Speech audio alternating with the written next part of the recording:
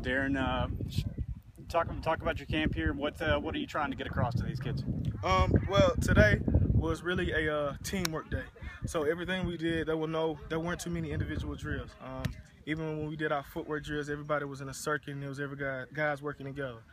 Some guys was breaking down on BGL. They call it best group alive. So what we focused on today was teamwork. At the end, we had 7-on-7. We had guys face adversity, and we saw a lot of guys fight through that adversity, and they got a taste of how to overcome it and what will happen if you don't do the right things in that situation. I feel like today was a very, very productive day for these guys, for the older guys and young guys, who also we tried to, when adversity comes out, you also see a leader. And we saw some guys step up and be leaders, and some guys, followed and took accountability, and it was a great thing. It really brought goosebumps to me seeing these guys come together the way they did today. Talk about some of the adversity that you've faced, in your career, and how you've responded to that. Yeah, that's what I tried to tell those guys. I was overlooked. I feel like many a times I went undrafted. I didn't have all the crazy scholarship offers that a lot of guys, not the NFL, that they have now. But I just kept working through it and worked through it a lot. And yesterday I actually had my teammate Tim Alexander, a person I'm pretty sure the city of Birmingham is familiar with. He came out and told his story of how he's in a wheelchair and the things that he's done and the reason that he's pushed to become a football player and be a part of the great movement that got UAB back. And that's one of the main points of the camp that I felt like we focused on, was fighting through adversity, because whether you're on top or whether you're overlooked, you're going to face adversity at some point in your career and at some point in your life also.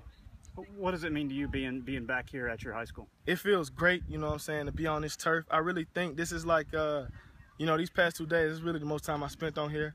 It's a great facility, and it feels good to give back to kids among this community.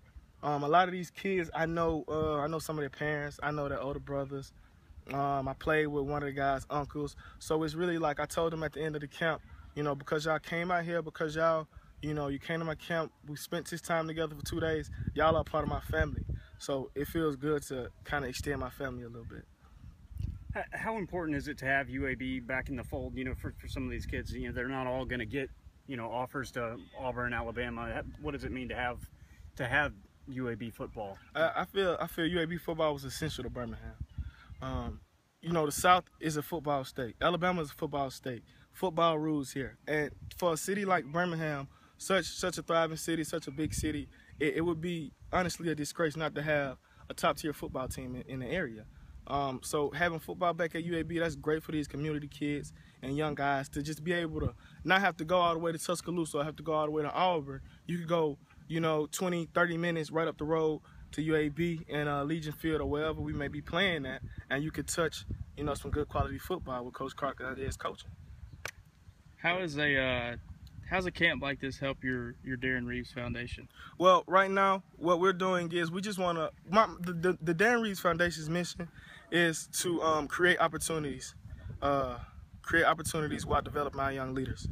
So what I felt like we did, like I said, the second day, first day, what we did was we had a lot of individual drills, one-on-one type drills, basically mano a mano. When it's on the line, it's me against you. If I got to beat this man, I got to beat this man. I got to make it happen. I got to make something shake. Today, what we did was teamwork, and I felt like that was the most important day of the camp. A lot of guys, they felt like it was more fun because it was 7-on-7, but what they were actually learning, why they didn't know it, was how to work together and come together with a bunch of guys they really didn't know. And if you came out here and watched these guys play, talk to each other, communicate with each other, something of a passion really brings guys together, and that's what we tried to do and help them learn how to work with each other, help learn how to be a leader, find who a leader is, and things of that nature. So what our main point of this camp was to allow the players to grow. Back to Clay-Chalkville for a second. You guys didn't reach the top of that mountain, while you were here. But yeah. How does it feel to know that you were one of the guys who kind of helped them along the climb? Well, we got my brother was a senior at 2011 undefeated season. We got Jake Thomas, who was the quarterback on that season. He's out here with us. We got state champions. We got, they won state last year. But I really feel like no disrespect to all you guys. Everything you guys did, it was great. I promise you, it was great. But I feel like, you know, the guys that were the first team when Coach Hood got here was like me. I think I was a junior on that squad. I feel like we really built the foundation for what it is to be Cougar football. And that's all you can really ask for, you know, once you go on and you know, you see what great things have been done after you leave. You can just say, hey, I'm proud to lay a foundation. And anytime I see Clay-Chalkville on TV or in the paper or anything, I say we, because I feel like I'm a part of this team, just like, you know, TJ and Ty Pig are.